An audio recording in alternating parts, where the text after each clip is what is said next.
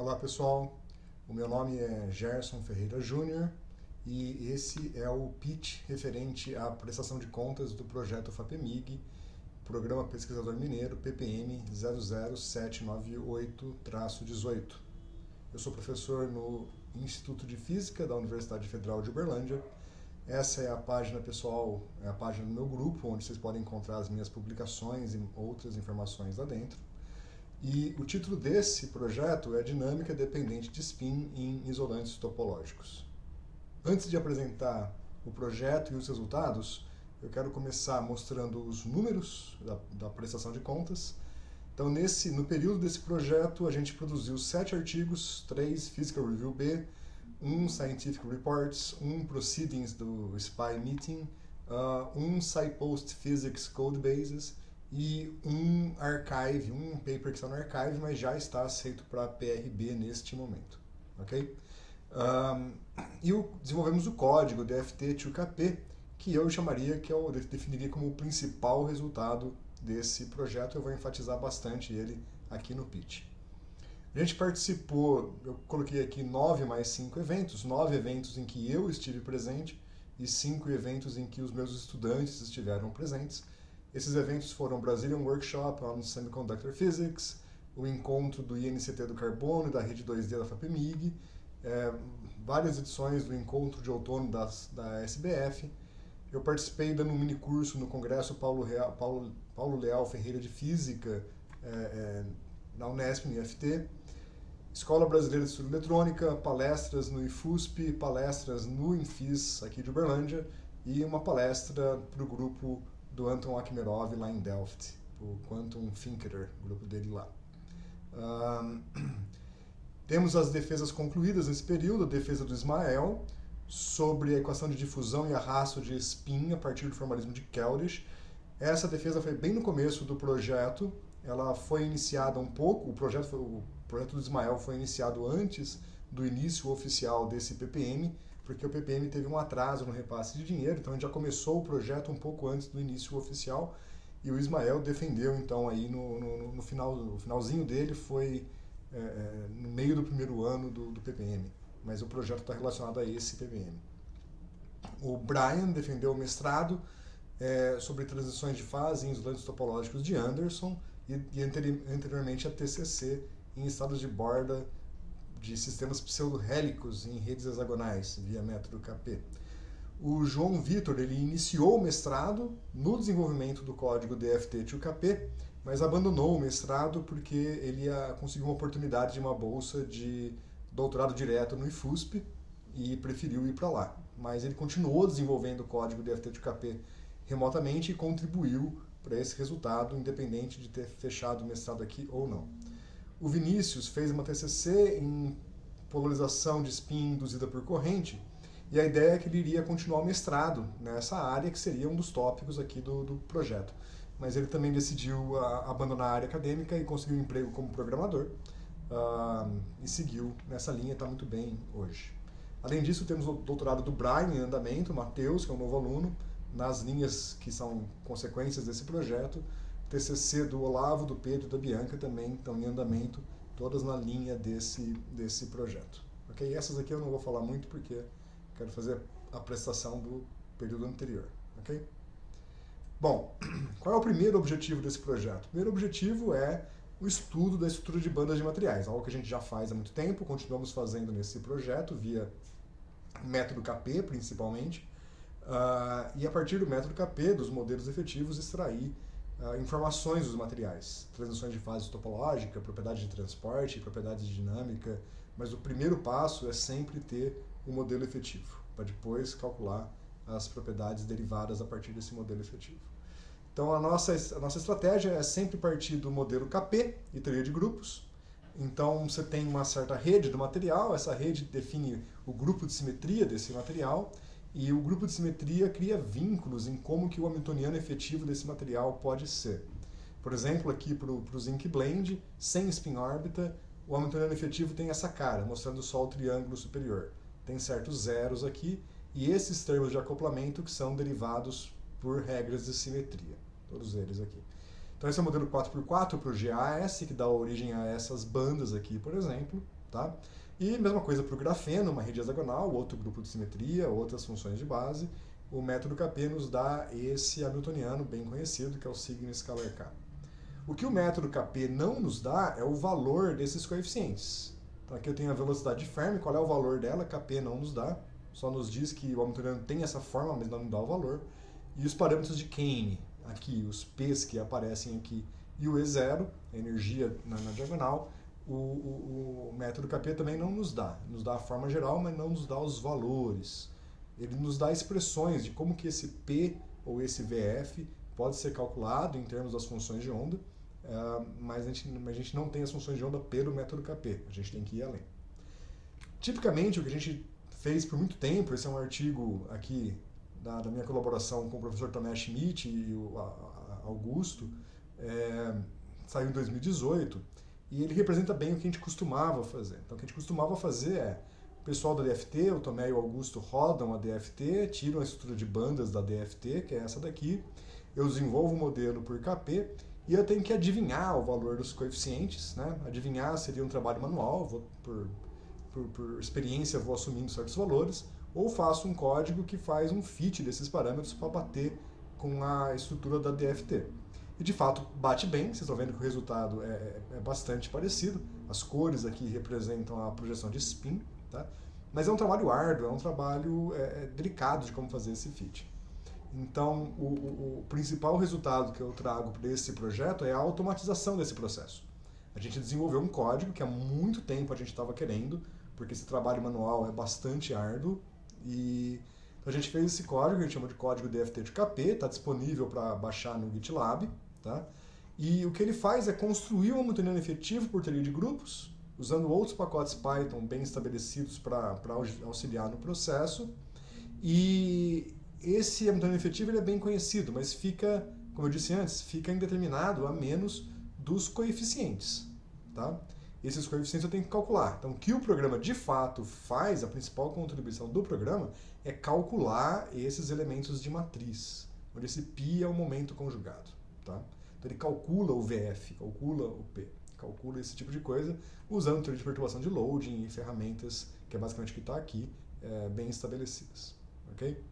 Para fazer esse cálculo, ele lê as funções de onda do Quantum Expresso, que é o programa DFT usado pelos nossos colaboradores, um dos programas, tá? E usando as funções de onda a gente consegue calcular esses elementos de matriz. Adicionalmente, tem o código faz um trabalho de teoria de grupos para colocar essas funções de onda numa representação otimizada, compatível com o grupo de simetria do material. Okay? Bom, esse código, né, a gente publicou ele agora em 2024 no SciPost Physics Code Bases, no artigo DFT2KP, Effective K.P Models from Ab Initio Data, com o João Vitor, que iniciou o mestrado e abandonou para ir para o IFUSP, o Augusto, que era pós-doc aqui na época, eu, e o Paulo, que é o nosso colaborador lá de Regensburg. Okay? O código está disponível nesse link para baixar, qualquer um pode usar, código aberto, disponível por GPL3, GLP3. O que tem nesse? Vou mostrar algumas figuras dos principais resultados desse código. Nesse artigo, a gente rodou o código para diversos materiais, mostrando que ele funciona muito bem.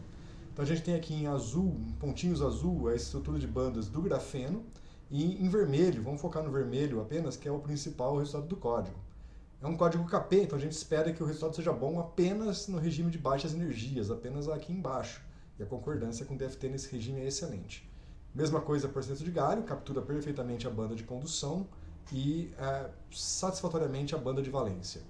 Por HGTE e por CDTE, a mesma coisa. A gente mostrou resultados equivalentes para Wurtzite, GAN, GAP e NP, alguns rock salt, PB, SE, SNTE, vários materiais 2D, MOS2, que é um de calcogeneto, GABI, CL2, que é um isolante topológico de alto gap, BI2AC3, que é um dos primeiros isolantes topológicos estudados. Rodamos para perovskitas, essa daqui, CS, PB, CL3, e tem algumas outras que eu não listei aqui que estão no repositório do GitLab. Para todas elas funciona bastante bem. Então é um código que teve um excelente sucesso, está tendo alguma visibilidade e espero que seja um código bastante útil no futuro. O segundo objetivo do projeto é calcular transporte, dinâmica e difusão de spin. Aí eu divido isso em algumas colaborações. Vou começar com essa, que é uma colaboração com o professor Roberto Raimondi, de Roma, da Universidade Roma III, e com ele a gente focou no formalismo de Keldysh. Ele ensinou pra gente muito que é de como usar o formalismo de Keldysh em algumas situações interessantes. Então, nessa primeira aqui, que foi o foco do mestrado do Ismael, a gente já aprendeu a partir do formalismo de Keldysh fazer uma aproximação semiclássica que nos leva à equação de Boltzmann quântica e de Boltzmann nos leva à equação de difusão de spin. A gente derivou a equação de difusão de spin para um sistema de duas subbandas. O artigo foi publicado no PRB para um sistema de duas subbandas. E o que a gente mostra por essa equação de difusão é que o acoplamento entre as subbandas, o overlap das funções de onda nas subbandas, atua como um modulador de um acoplamento fraco e forte. Se as subbandas estão fortemente acopladas ou fracamente acopladas, e isso muda drasticamente a dinâmica do pacote, o tempo de vida e as características da evolução temporal da difusão de spin. Aqui em cima eu mostro algumas figuras do caso de acoplamento forte e aqui embaixo algumas figuras para o caso de acoplamento fraco. Okay? O paper mostra também como que esses acoplamentos afetam o tempo de vida de spin e várias outras propriedades do material e como você pode usar isso para manipular essa dinâmica de spin no material. Num outro trabalho, que é referente à polarização induzida por corrente, que foi o início do TCC do Vinícius, que viria a ser o mestrado dele, mas ele decidiu seguir como programador fora da academia e não conseguiu um aluno. Na época, era época da pandemia também, não foi possível achar um aluno para substituir ele nesse projeto no momento. Então a gente desenvolveu o projeto estudando esse material, OSBI2, que apresenta um acoplamento Hashiba um pouco fora do usual, é um grupo de simetria um pouco diferente. A gente publicou nessa revista, nos proceedings do evento Spintronics, do SPY, e o que tem de interessante é que o acoplamento Hashiba desse material faz com que as duas bandas internas tenham a mesma helicidade de spin no momento K, e esperava-se que isso levasse a uma polarização de spin enriquecida, maior do que no Hashiba usual. O que a gente mostra nesse paper é que na verdade não acontece. A polarização de spin é compatível com a do Hashiba usual, depende do sinal do acoplamento de spin órbita, depende de vários fatores e não simplesmente dessa simetria que é um pouquinho diferente naquele material. Para desenvolver isso daqui, a gente fez o formalismo de Keldysh com a função de cubo, com a fórmula de cubo para calcular as propriedades de transporte, polarização de spin e densidade de corrente, e usamos as correções de vértex para incluir as correções de espalhamento por impurezas na fórmula de cubo. Esse trabalho foi feito então com colaboração com o professor Raimondi, com o professor Jiang Fu da China, um aluno do Jiang Fu, e eu como primeiro autor liderando esse projeto, na ausência de um aluno no momento. Ok? Beleza. Além disso, a gente tem colaborações com o professor Félix e com o professor Guzev, do IFUSP Experimentais, que fazem medidas dessas difusões de spin. E a gente tem uma série de artigos, mas no período desse projeto a gente publicou apenas um PRB. E nesse artigo a gente mostra, basicamente, é um sistema de duas subbandas, semelhante ao que estudou com o professor Raimondi, e aplica-se uma corrente de arrasto que a gente pode controlar em qual direção a corrente é aplicada, que é uma construção da Vanessa Si, em Michigan, que permite essa escolha da orientação da corrente. O Félix e os seus colaboradores medem o tempo de relaxação de spin desse sistema, e o que a gente mostrou nesse paper é que tem uma grande anisotropia desse tempo de relaxação dependendo da direção onde você aplica a corrente para induzir a polarização do sistema. E, infelizmente, nesse paper a gente mostra que a teoria atual, que eu desenvolvi com o professor Raimondi, não explica a anisotropia. Chega perto dos resultados nas escalas de tempo, mas a intensidade da anisotropia que a gente vê nesse paper é um mistério. Okay? Segue como um trabalho ainda para o futuro. Em colaboração também com o Félix e com o Guzev, e agora em colaboração com o Denis Cândido de Iowa, a gente publicou um artigo sobre diagramas de fase e oscilações de Cherenkov-de em poços triplos de HGTE. Esse artigo saiu no Scientific Reports. Então, nesse caso, a gente construiu esse diagrama de fase do poço triplo de HGTE como função da largura do poço e do espaçamento entre os três poços. Esse diagrama é bem rico, você tem uma região trivial, vários tipos de regiões topológicas. Dependendo da região onde você está, você pode ter um certo número de bandas contribuindo perto do nível de Fermi. Dependendo da região, você pode ter bandas que são majoritariamente parabólicas ou mais próximas de lineares. Tá? E na região em amarelo você tem a região topológica propriamente dita, mais parecida com o BHZ original. Okay? E a gente estudou então as oscilações de Cherenkov de Haas desse sistema e fizemos uma comparação com o experimento. A ideia era identificar se a banda que o experimental estava vendo era uma banda linear ou uma banda parabólica. E o que a gente mostrou é que a frequência das oscilações, aqui é um gráfico das chamadas de Fourier, as oscilações, a frequência das oscilações de Cherenkov de Haas varia com a densidade e a maneira com que ela varia depende se a banda é linear ou parabólica, a inclinação muda.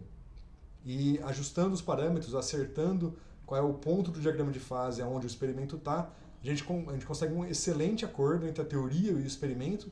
Né? Esse é o gráfico da teoria, bem simples, bastante aproximado, mas a inclinação das curvas aqui, de como que as frequências mudam com a densidade, bate precisamente com o experimento. O que não bate é que aqui em cima tem uma separação dos picos que aqui não aparece. Isso provavelmente é por causa do acoplamento Hashiba, que a gente não incluiu, com um pequeno campo elétrico que pode ter no experimento, e é algo que a gente quer investigar no futuro próximo. Com o professor Caio, de Niterói, a gente também tem colaborações em outros tipos de sistema, então a gente estudou, junto com o meu aluno Renan, nesse PRB, ressonâncias de Fabry-Perot em constrições de isolante topológico. Então é um material 2D, onde na região central você reduz o tamanho, forma um nanofio, e isso leva a ressonâncias presas nesse nanofio, que formam vórtices que podem, a princípio, ser detectados por SQUIDs, detectores de campo magnético. Tá? Então forma esse vórtice, e para cada vórtice você tem um pico na condutância, e você pode manipular esses picos de condutância colocando barreiras na região da constrição, e nesse artigo a gente mostra como que você pode controlar esses picos, tirar e colocar de ressonância, aplicando voltagem nessa barreira, e se as barreiras forem magnéticas, você pode controlar inclusive a polarização de spin. Esse é o principal resultado deste artigo. Por fim, novamente com o Caio, a gente estudou com o mestrado do Brian as transições de fase em isolantes topológicos induzidas por desordem de Anderson. Esse artigo acabou de ser aceito no PRB e a gente está esperando a resposta do referi para ver se vai ser um PRB Letters ou um PRB Regular Article, mas o PRB em si já está aceito. Está no archive no momento que nesse sistema a gente calcula, usa o Chern Number, o Local Chern Marker, né? É um marcador local de Chern, que é apropriado para quando você tem um sistema que não tem invariância translacional. Nesse caso, quem quebra a invariância translacional é a desordem. E a gente usa esse marcador de Chern para desenhar um diagrama de fases como função da massa do modelo BHZ e da intensidade da desordem, da intensidade do potencial de impurezas. Aqui a gente roda para um sistema de 50 nanômetros, um sistema de 100 nanômetros, e a gente mostra que para qualquer conjunto de parâmetros, todos esses dados recaem numa curva universal, na região de transição de fase, nessa primeira parte, uma curva universal, onde todos esses dados caem aqui, que é uma função, que é um marcador de Chern como função de um fator de escala que depende da intensidade do potencial de impureza e da massa que fica dentro desse WC.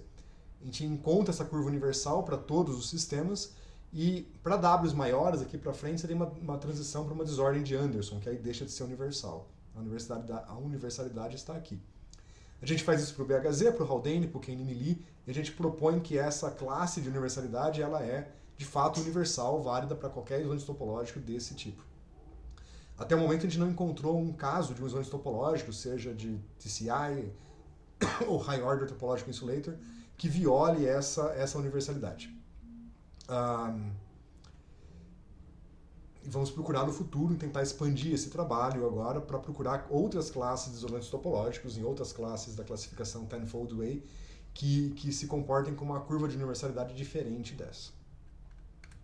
Bom, conclusões e perspectivas. Então a gente desenvolveu o código DFT-TKP, estudamos transporte dinâmico de difusão de spin com sucesso nesse projeto, definimos uma maneira de criar diagramas de fase para isolantes topológicos desordenados e estudamos essas transições de fase. Começamos a investigar oscilações de Cherenkov de Haas e temos vários projetos, várias ideias de como seguir em frente, estudar como que as oscilações de Cherenkov de Haas são afetadas por fator geomagnético, por intensidade de acoplamento de spin-órbitas em diversos sistemas, algumas questões em aberto sobre como que cada tipo de hamiltoniano se comporta perante, como que as oscilações de Cherenkov de Haas se comportam perante cada tipo de hamiltoniano. Tem vários efeitos da desordem de Anderson que apareceram recentemente em matéria condensada, que são bem interessantes, além da transição de fase topológica. A gente tem uma dinâmica chamada efeito boomerang, que é algo que nos interessa bastante, que foi descoberto recentemente. E temos vários projetos que são derivados desse projeto atual que a gente pretende fazer no futuro próximo. Eu mencionei alguns durante a apresentação e vários outros que eu não tenho tempo de apresentar aqui no momento. Queria agradecer, obviamente, a FABEMIG, a gestora, a financiadora deste projeto, CNPq e CAPES por outros financiamentos do Instituto, bolsas do Instituto e infraestrutura do Instituto. E um pouco fora do padrão aqui, eu queria agradecer o Zulip, que é uma ferramenta de conversa de grupo, onde eu organizo o meu grupo de pesquisa, e eles me deram uma conta 100%, uma conta completa e 100% gratuita, como patrocinadores do grupo de pesquisa, mediante eu sempre agradecer eles, sempre que possível. E então é isso, essa é a prestação de contas do meu projeto, agradeço a atenção e até a próxima.